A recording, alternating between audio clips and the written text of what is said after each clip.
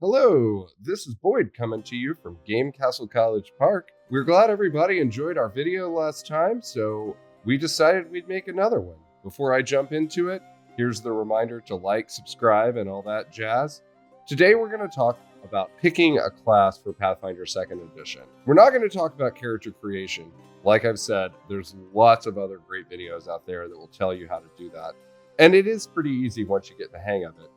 But it's a big enough hurdle that you should probably consider playing some pre-generated characters first. So I'm just going to talk about the class and subclass options in the core rulebook, or else we would be here forever. I'm not going to talk about each class comprehensively either.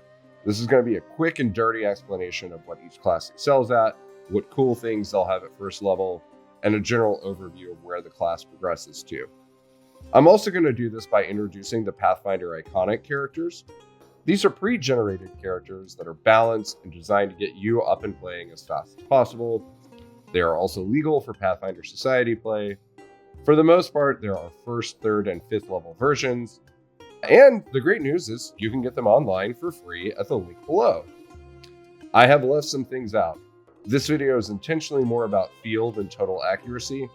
If you're the kind of person who wants each class explained in the finest detail all in one video, that does exist on YouTube and has been done very well. But if you're like me, the kind of person that wants to get a brief overview, find 1 or 2 classes that they like, and then dive deeper into those, this video is made for you. We're going to start with the Alchemist. Unsurprisingly, alchemy is the thing that you're best at and makes you stand out from all the others. This seems pretty meh at first, until you realize that alchemical attacks are their own thing, and now you're basically the only one who's proficient in them. You'll make a lot of alchemical items every day just for you, and you can even use your reagents to make alchemical items on the spot. You're going to choose between 3 subclasses we call research fields. The first is the bomber. You're going to throw flashy things that go boom. You're also going to be able to control your splash damage in a way that not only the other classes can't do, but the other subclasses can't either. And that's going to be a recurring theme here. Most folks, when they throw an alchemical item, they're going to hit their primary target and they're going to do some splash damage to everything in the squares around you. You can choose exactly how that happens and whether that happens. The Pathfinder alchemical alchemist is Fumbus the Goblin, and he is a bomber. The other subclass research fields are the Chirurgeon, who deals with the healing aspect of alchemy, and their big deal is that they can use the crafting skill in place of the medicine skill, which really allows them to excel in 2 skills for the price of only putting training in 1. Finally, we've got the mutagenist. Mutagens are pretty cool. They let you bump up certain abilities and skills or saves, but at the expense of taking away from others. So if all of a sudden your alchemist needs to be very, very stealthy, you can do that, but the trade-off may be that to get those bonuses in stealth and reflex saves, you may become a little stupid while you're doing it, taking some problems on your will saves and some of your intelligence and wisdom-based skill rolls. Next up is the Barbarian. You are really good at raging and dealing damage. You're the only one that has the rage ability. What's it going to give you? Some temporary hit points, you're going to do extra damage, you're going to take a penalty to your AC, and you aren't going to be able to use any actions that have the concentrate tag attached to them, which does kind of make sense when you think about it. Also, fun fact, you cannot voluntarily stop raging until combat is over. Barbarians have 5 subclasses we call instincts. They're all going to come with an instinct ability and an anathema that you cannot do or allow, and that's at 1st level. You're going to get an extra attack-related ability at 7th level, and another defensive ability at 9th level. All of these are only going to be in effect while you're raging, though. We'll start with the animal instinct. It's going to come with a specific animal type. There are 9 in the core book, but those 9 can easily be reflavored into whatever you want. And don't worry about getting creative here. If you want your animal instinct to be a narwhal, you might think you want to go with choosing the shark, but maybe take a look at the goal too. Your anathema is going to be allowing any sort of disrespect to your chosen animal, and you're going to get the bestial rage ability, which is going to give you an unarmed attack related to your particular type of animal. So if you want the flavor of your narwhal barbarian all of a sudden has a horn pop out of their head when they are raging, that is totally something you can do, and you'll get that horned attack to do piercing damage. Next up is going to be the dragon instinct. Just like with animals, you're going to be picking a dragon type. If you've played 5e D&D before, you're going to be on familiar ground here. Blue dragons are going to do some lightning damage, red are going to do fire, etc., etc. The anathema for the dragon instinct is pretty cool, though. First of all, you can never let any sort of insult against you slide. Though you can have a lot of fun with this with like a low int or low wisdom barbarian who didn't get that they were being insulted, possibly until it was too late, and then everyone has to die.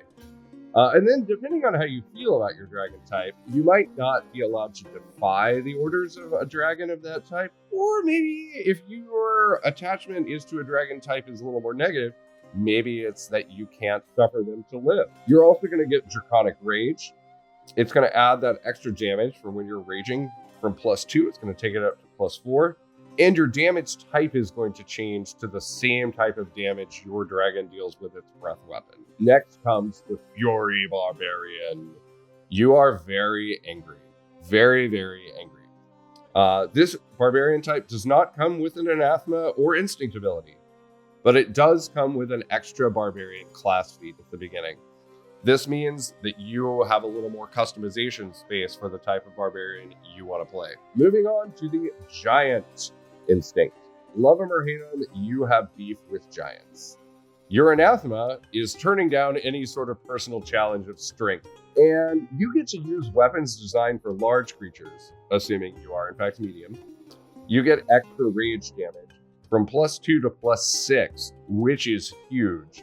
But you're going to take the Clumsy 1 condition while you use it. It's going to give you another -1 to AC, your ranged attack, your reflex saves, and skills that rely on dexterity. Amiri is our iconic Pathfinder Barbarian, and she is Giant Instinct. Finally, we have the Spirit Instinct. You're really into the dead getting their rest and not bothering the living. You want that very superstitious barbarian feeling. This is where you want to go. Your anathema is allowing disrespect to corpses, spirits, grave sites, etc. But fighting against the undead is A-OK. You're going to increase your rage bonus from +2 up to +3, but you also get to decide whether or not that damage you're dealing is going to be positive or negative.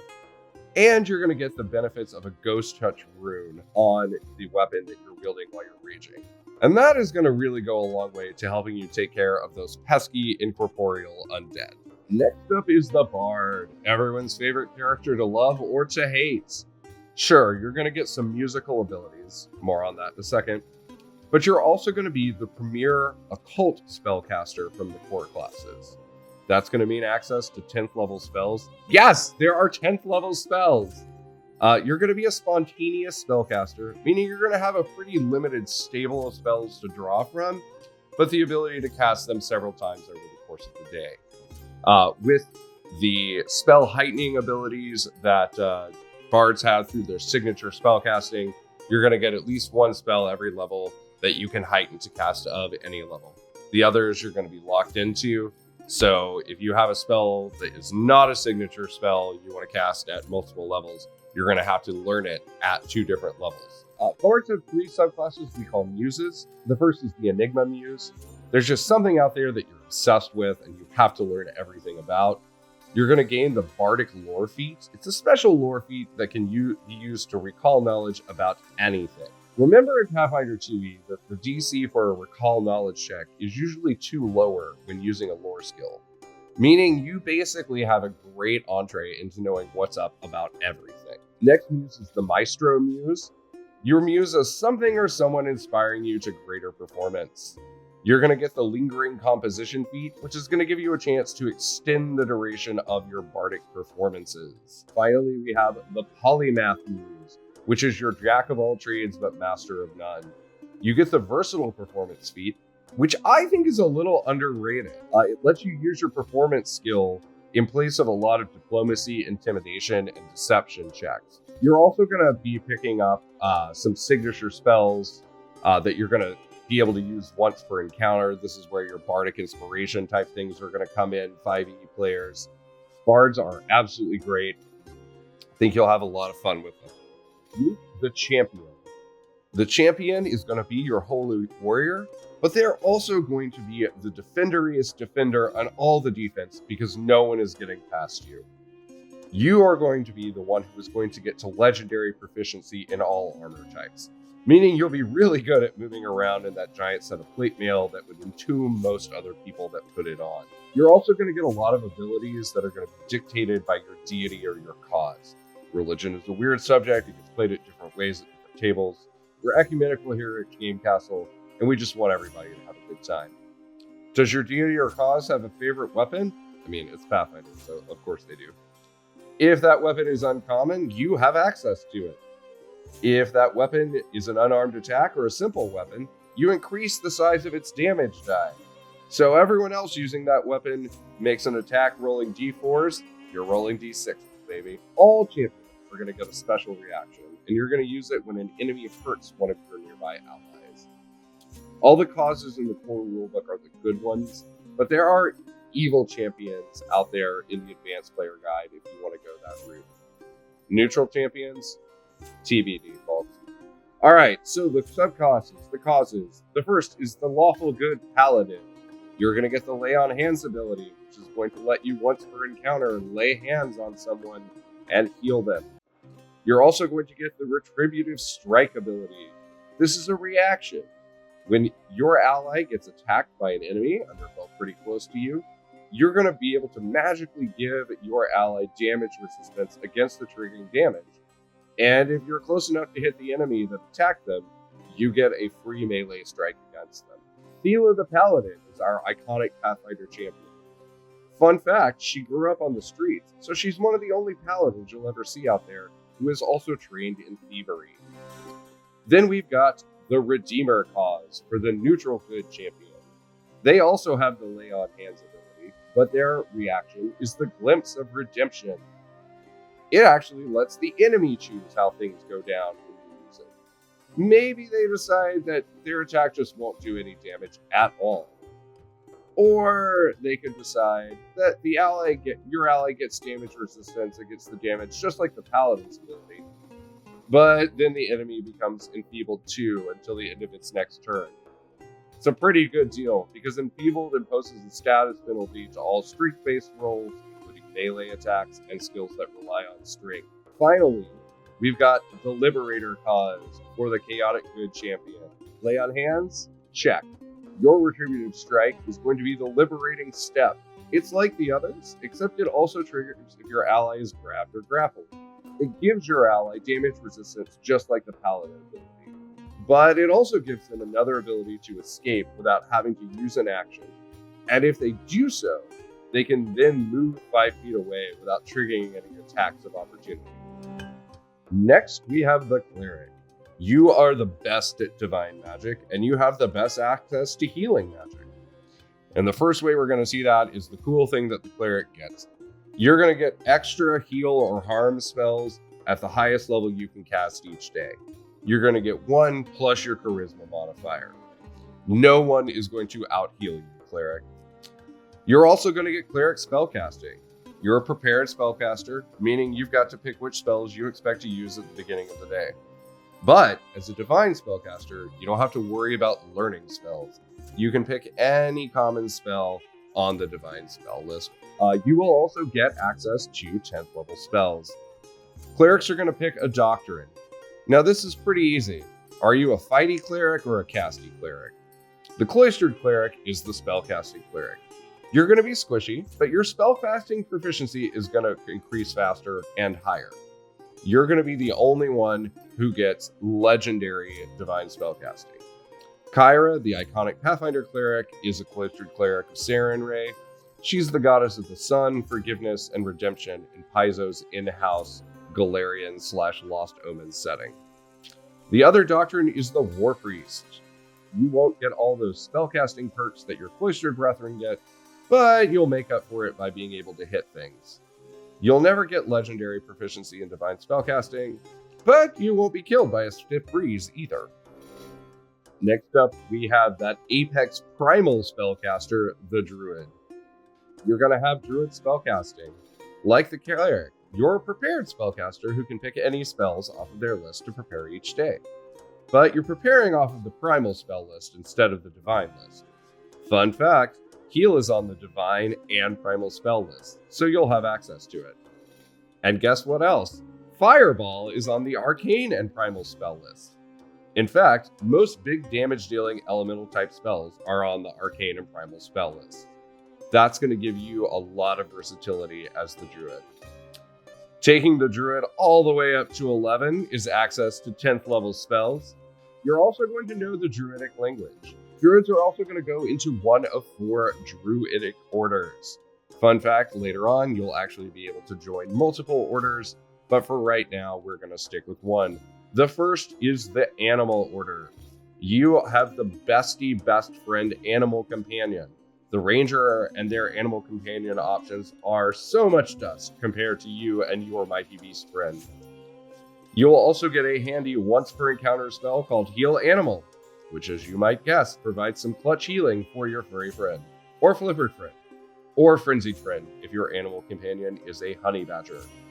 Lenny is the iconic Pathfinder Druid, and she is an Animal Order Druid. Next, we have the Leaf Order.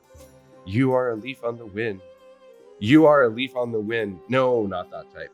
No, you're just really in touch with plants. You get a Leshy Familiar, which is a very special type of mobile plant. They are very cool and come with a lot of fun abilities. You will also get a handy once per encounter spell called Goodberry. It does what you think it does. Next up, we have the Storm Order Druid. You're not going to take any penalties on attack rolls or perception checks from weather-induced causes like wind or fog. If that's not enough, check out the Tempest Surge spell, which is sort of like a localized single-target lightning bolt. Like all focus spells, it's limited to how often you can use it, usually once per encounter at early levels. Finally, we have the Wild Order. In addition to turning all the way into an animal, you'll also get access to the Wild Morph spell, which is sort of like taking on the hybrid form of a rare creature, giving you some of the unarmed attacks of your animal, but without the challenge of actually going full animal. Now comes the Fighter. I can hear you already saying, I'll start with a Fighter because they are the easy, least complicated class to play. But you shall eat your words at the end of the Fighter's longsword, longbow, or mace. It doesn't matter what you're going to be eating your words at the end of. The Fighter is the premier force for hitting things in Pathfinder 2nd Edition. The Fighter is going to start with all of their attacks at expert proficiency. So yes, it is possible for a first level fighter with an 18 strength or dexterity to be rolling +9 on their attack rolls. Yes, if you are fighting something with an AC of 10, you will hit on a 2 and crit on a 12 or higher. You will also get the attack of opportunity reaction and the shield block feat, which lets you use your shield to reduce damage as a reaction instead of having to use an action to raise it. As if starting an expert proficiency in weapons was not enough, you're also going to be legendary in your weapon attacks by the time you're 19th level. You're the only one that's going to have that. A fighter's feat choices are going to determine a lot about how they handle. There are no baked-in fighter subclasses. They are still a lot of fun to play though. Check out Valoros, Pathfinder's iconic fighter, and tribute to Mad Mardigan from the movie Willow. Or so it is rumored. Perhaps you wish to run around the battlefield twice before delivering your attack and never fail a saving throw ever. Then the Monk is for you. Monks are all going to start with the Flurry of Blows ability. This is going to let you make 2 attacks for a single action. Although you will be taking the multiple attack penalty on the second attack, the upshot is that if you hit on both, you're going to add the damage from each attack together before counting it against damage resistances of the enemy that you're hitting. That's going to be a big deal. You're also going to start off with expert proficiency in all 3 types of saving throws. By the time you're done, you're going to be an expert in one type of saving throw, a master in another, and legendary in the last. Make these selections with a thought for your ability scores, and you will never have to fail a saving throw again. At least, not critically. And with some of the higher level month abilities, you might not even fail your save even if you do fail your save. Starting at 3rd level, you're going to be adding to your movement so you can zip around the battlefield. and no one is ever going to hit you because your unarmed defense starts at expert and will progress to legendary by 19th level. Like the fighter, the monk doesn't have any subclasses, but it does segment off the monk magic type stuff in the class feats, so you can decide if you're going to be out there kicking butt with unarmed strikes or channeling key energy to move further and cause other more mystical monk effects is more your thing. Sajin, the iconic Pathfinder monk, has a nice mix of normal, martial, and key abilities, making him a fun dip into the class from either perspective. The Barbarian may rage, but you understand that is not the way. You will hunt your prey both metaphorically and literally, as that is the name of your class's signature ability. You are all about picking one enemy and sticking it to them. Based on your Hunter's Edge, we'll see just how you do that, because it's also your subclass choice. Go with the Flurry Edge. You know how all the other classes take a -5 penalty on their second attack, or a -4 if they're willing to use lower damage dealing agile weapons? Well, not you when you're dealing with your hunted prey. Your multiple attack penalty is reduced from -5 to -3 per attack, or -2 for agile weapons. So if you do decide to go with an agile weapon, you're going to be attacking on your third attack with a smaller penalty than everyone else has on their second attack. But if you're the ranged ranger, maybe you want to check out the precision edge. It's going to let you do an extra 1d8 points of precision damage to your hunted prey the first time you hit them each round. Precision damage is a special type of damage that does do the damaging, but alas is not doubled on a critical hit. As you level up, you'll do more precision damage. Karsk is the iconic Dwarven Ranger, and is a master of the crossbow, which is a fun riff on the usual Ranger Archer. He's also obsessed with drinking tea. Finally, we have the Outwit Edge. This is going to give a lot of +2 circumstance bonuses to fluster and flummox your hunted prey. With deception, intimidation checks, you'll also get a +1 circumstance bonus to your AC against attacks from your prey. Ranger feats are also pretty interesting in that they'll allow your character a pretty broad range of specialization based on your class feat choices. If you want to be a super archer, you can do it. You want to get that magical rangery feel, you can do that too if you choose those feats. The fighter hits things, the spellcasters have their spells, the monk has their saves. You are the master of all skills. You're going to increase your proficiency level in a skill every level.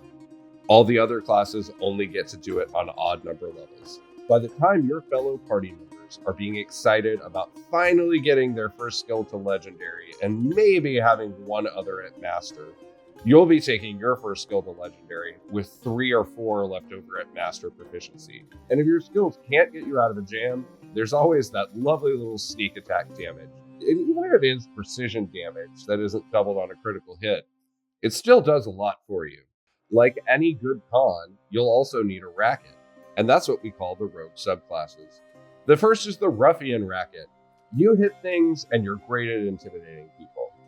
And if you choose to spend some feats expanding your ability to wear medium or heavy armor, you'll gain proficiency in those armors whenever your rogue class has the rest of the rogues just getting better wearing light armor.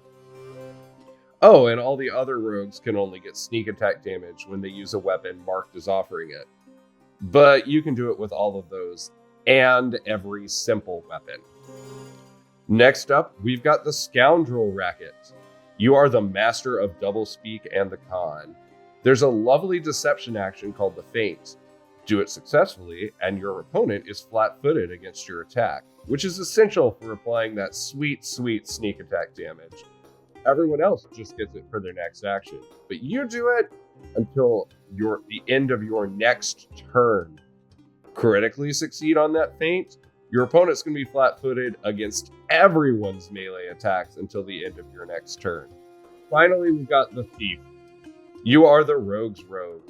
If you're wielding a melee finesse weapon, which, let's be honest, is the weapons rogues use to get that sneak attack damage anyway, you can add your dexterity modifier to your damage rolls instead of your strength.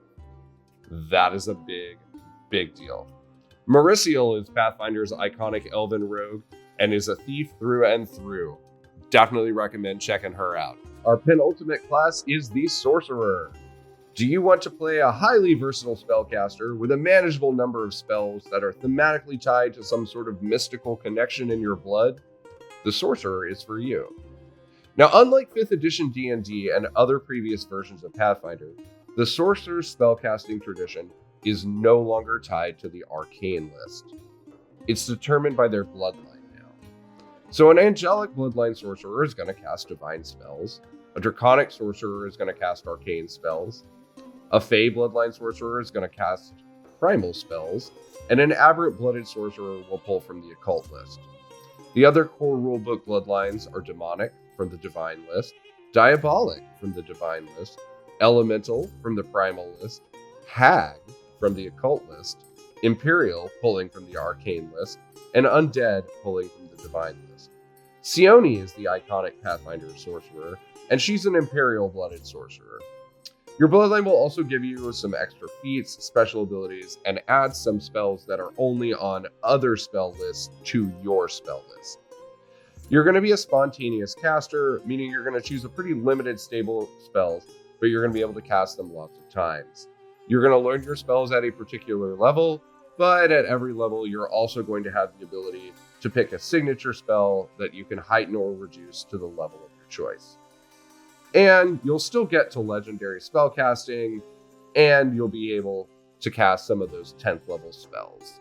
You've been waiting for it, and now it's here. The old standby, the Wizard. Are you willing to keep copious track of all the spells that your character has learned, and update which you want prepared at which levels for each and every day? If so, welcome to the Wizard. The Wizard is the prepared spellcaster, choosing spells from the arcane spell list. While not given the entirety of their spell list like the Cleric or the Druid, the spellbook allows the Wizard to learn most spells eventually. Will give you a versatility of spell choice that other casters just cannot touch. The Sorcerer, sure, they can cast more spells per day, but they have such a limited pool. The Cleric and the Druid, they can prepare any spell on their list, but how versatile are their lists really at the end of the day? Can you use healing magic? Absolutely not. But if you ever decide that you need to, you'll just study some necromancy. Wizards have 3 subclasses, each of which helps them be a little bit unique. First, wizards are going to choose an arcane school. You can choose either to specialize in one of the 8 schools of magic, gaining an extra spell slot for a spell of that school each day, or to be a generalist. Whether you choose to specialize or not, you'll gain a special spell only available to those of your specialty school, or lack thereof. Ezrin, the iconic wizard, is a universalist wizard, meaning he said no thank you to a specialized school. Wizards also have an arcane bond with a special item. Some of your magical energy gets tied up in it, which means once a day you can recast a spell that you've prepared and already cast by draining that energy from the item. Ezrin's iconic bonded item is his staff. Finally, wizards are going to have an arcane thesis. First, we have the improved familiar achievement. You'll start with a familiar, and it will gain abilities more rapidly than other wizards' familiars will, helping you navigate the non-combat ways of the mystical worlds. Or, if they're anything like most familiars, the mundane world too. Next is metamagical experimentation. I'm not going to go into exactly how metamagic works in Pathfinder 2nd Edition, except to say that basically you take feats, add an extra action onto the spell casting, and the metamagic lets you change something about the spell. Ezrin, the iconic wizard, uses the metamagic experimentation thesis to pick up the reach spell and widen spell metamagic feats. They let him spend an extra action when casting a spell to extend its range or its area of effect. Pretty cool. Next, we have spell blending thesis. Imagine if you could trade a couple 2nd level spell slots for an additional 4th level spell slot. Now you can! But it works the other way too. Cash out a normal spell slot for 2 more cantrips. Finally, we have spell substitution. If all the bookkeeping required to run a normal wizard is not enough for you, this is the option you need. Imagine if you didn't have to stick to your daily spell preparation, but could swap around your uncast spell slots with only 10 minutes per slot swapped. Yes, it can be done. a quick note about multiclassing now that we've covered all of the classes. Multiclassing in PF2E is not like other systems. You're not going to say take 3 levels in Wizard and then 1 in Fighter. Instead, you're going to multiclass by using class feats to do it. Normally, you're going to get a class feat at first level and every even level. You can use those class feats to pick up a whole bunch of versatility in your own class ability. But you can also use them to multi-class into other classes. You're going to be sacrificing some extra ability in your main class, but you're going to be doing it to pick up some abilities from the other class. It means that your character will continue to grow in your class. They're still going to get their things, like all wizards are going to gain expert proficiency in unarmored defense at 13th level. It doesn't matter. They're going to have their saves move up at the regular pace. They just might not take improved familiar abilities. Instead, they might say, hey, I'm going to use the monk dedication and multi-class into monk.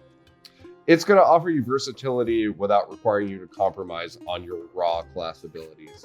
It's going to make sure that spellcasters continue to get their spells. Think about it. It offers pros and cons. Could be good.